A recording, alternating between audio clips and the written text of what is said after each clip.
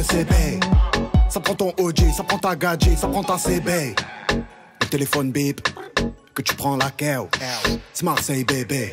Salut la team Sorar, j'espère que vous allez bien. On se retrouve pour une 25e projection de galerie, celle de l'ami Anonymous, fervent supporter marseillais, et vous allez voir sa stratégie de départ, il l'a vraiment déroulée jusqu'à l'application totale de sa galerie. C'est ce qui est hyper intéressant dans cette vidéo. J'ai pas beaucoup d'ajustements à faire, par contre, échanger comme ça sur une galerie très bien construite où tout est vraiment bien calculé, c'est hyper intéressant et j'espère que ça vous éclairera. Anonymous, il est pourtant très fan de l'Olympique de Marseille. Il est plutôt... C'est pas la capitale, c'est Marseille bébé.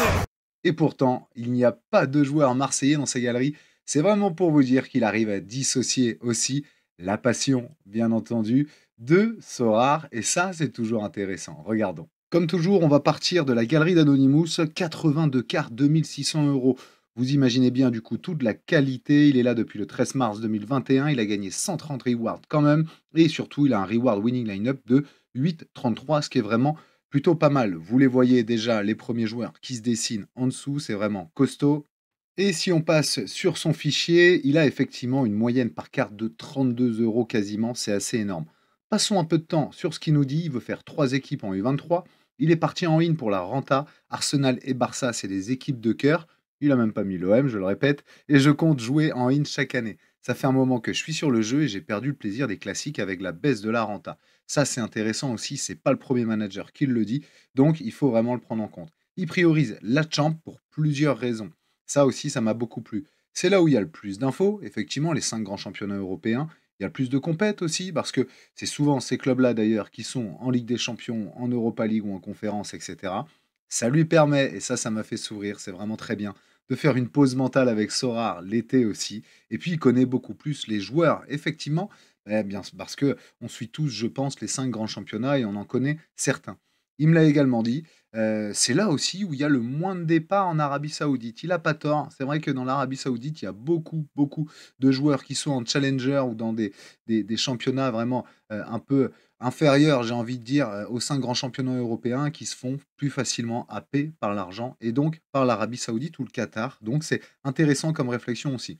Il avait de gros joueurs MLS, mais il a laissé tomber et les prix sont vraiment bas. Donc, il joue avec jusqu'à la fin de saison, il aligne pour aligner et il compte les revendre à la reprise. 3 4 semaines avant, ça commence à remonter, comme il me le dit, parce que Acosta a même pas 30 balles et c'est vraiment pas 30 balles, ça a beaucoup baissé, c'est abusé. Je le rejoins. On est même sur un Costa à moins de 10 balles. J'ai vu ça ici. Regardez le floor à 9,39, ce qui est quand même incroyable, mais surtout Carles Reel aussi à 12 euros. Là, c'est vrai que effectivement, on a touché vraiment du très très bas en termes de prix pour la MLS et pour ces GOAT MLS qui resteront normalement en plus en MLS. Au niveau de son état des lieux, pas de surprise, il est vraiment à 83% en champion. Comme il me le dit aussi, les joueurs qu'il a en Tchal, c'est vraiment pour jouer la U23. Également en contender, pardon, c'est vraiment pour de la U23. Et en Tchal, il lui reste un peu de MLS et vraiment aussi quelques joueurs pour la U23, comme je vous disais, notamment des Inacio, etc., côté Portugal, mais également De Kuyper qui vient de recruter et on le verra. En classique, je lui garde vraiment ces 3 U23 solides. Les joueurs que j'ai notés, il vient de les recruter. C'est pour ça, je les ai ajoutés, mais vraiment pour vous préciser, il vient de les recruter avec des joueurs que j'avais moi aussi mis en vente dans tous les cas. Donc, il a recruté De Kuyper et Diomandé suite à la blessure d'Inacio. Il se posera la question, comme il me le dit aussi, on voit que tout est calculé, soit de le revendre au retour d'Inacio, soit même de garder Diomandé parce que il est encore U23 l'année prochaine. Donc, intéressant comme réflexion. Sinon, bah, vous voyez, les noms des joueurs qui apparaissent, je pense que vous les connaissez tous quasiment. Très, très costaud, effectivement, ces 3 U23.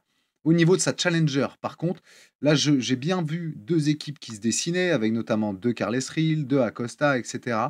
J'ai également vu un peu de faiblesse en défense, notamment ici. Mais j'ai bien en tête que je pense qu'il joue avec un seul défenseur et 2 milieux ou 2 attaquants, ça dépend des match-ups.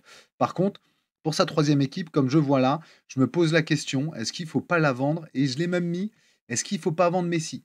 Moins performant l'année prochaine, donc peut-être vendre la Team 3 pour aller viser Yamal, parce que oui, son objectif, c'est d'aller chercher Lamine Yamal. Là où c'est intéressant aussi, c'est au niveau des in-season, ici.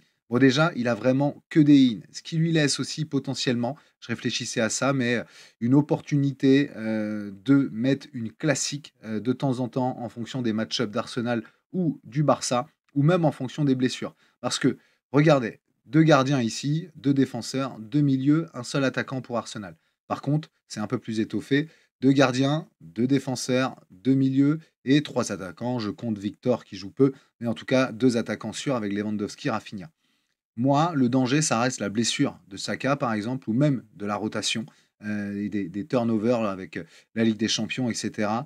Je me pose la question, hein, et c'est vraiment d'un point de vue stratégique de mettre autant sur, une équipe et même sur des joueurs. Est-ce que ça paye?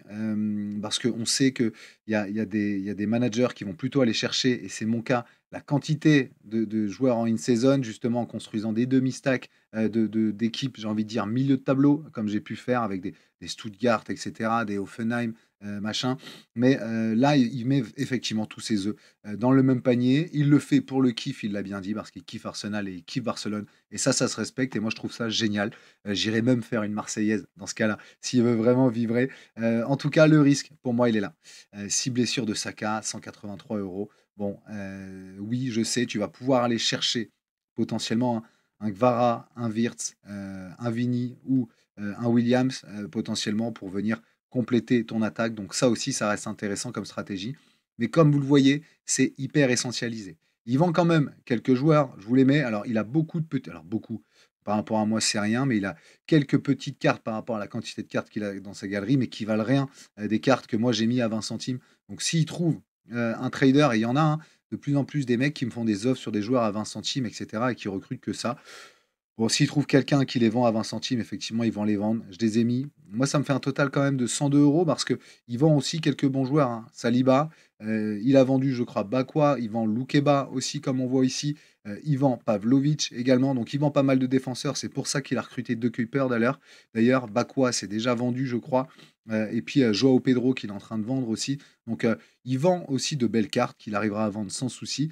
Moi, en tout cas, voilà, je ressors avec 100 €. Donc, si on enlève Bakwa et les cartes qu'il a déjà vendues, il lui reste quand même un petit pécule de 80. Si tu rajoutes Messi et ses 35 € de vente, ça ira pas chercher Yamal. Je me pose la question, est-ce qu'il faut vraiment Yamal ou est-ce qu'il faut pas étoffer? Tu as In en attaque ici. Je sais pas. Voilà, c'est là où je m'interroge. Et sinon, bah, effectivement, continue peut-être d'accumuler pour aller chercher Yamal. La vraie question, comme je vous dis, c'est la strat. Et donc, j'ai regardé les résultats. Bon, déjà, il fait bien, effectivement, de garder ses tchals parce que regardez, cette game week, bah, c'est sa tchal, hein, qui le sauve et qui va lui chercher une T3 en challenger déjà. Donc, bravo. Alors, ça finira 144e au pire, mais franchement, bravo avec un beau score. Par contre, j'ai regardé aussi les autres game week précédentes. Bon, tu fais 4 box, effectivement. Là où la game week encore d'avant, alors celle-là, c'était une midweek, mais celle-ci, effectivement, là, pas grand-chose. Pourtant, il y avait les joueurs d'Arsenal d'aligner, etc. Là, ici, pareil, non plus. Donc oui, même avec des grosses équipes, vous voyez que c'est dur. Là, il vient chercher une T3 hyper intéressante, mais grâce à ça, U23 ici. Et regardez, ça U23, il vient y mettre Nkambadio, bien entendu, Saliba, Bukayo Saka, une Chal qui est Bogouz et Wirtz ici qui cartonne. Donc ça va lui chercher une T3 avec un score quand même de 412. Donc oui, c'est dur.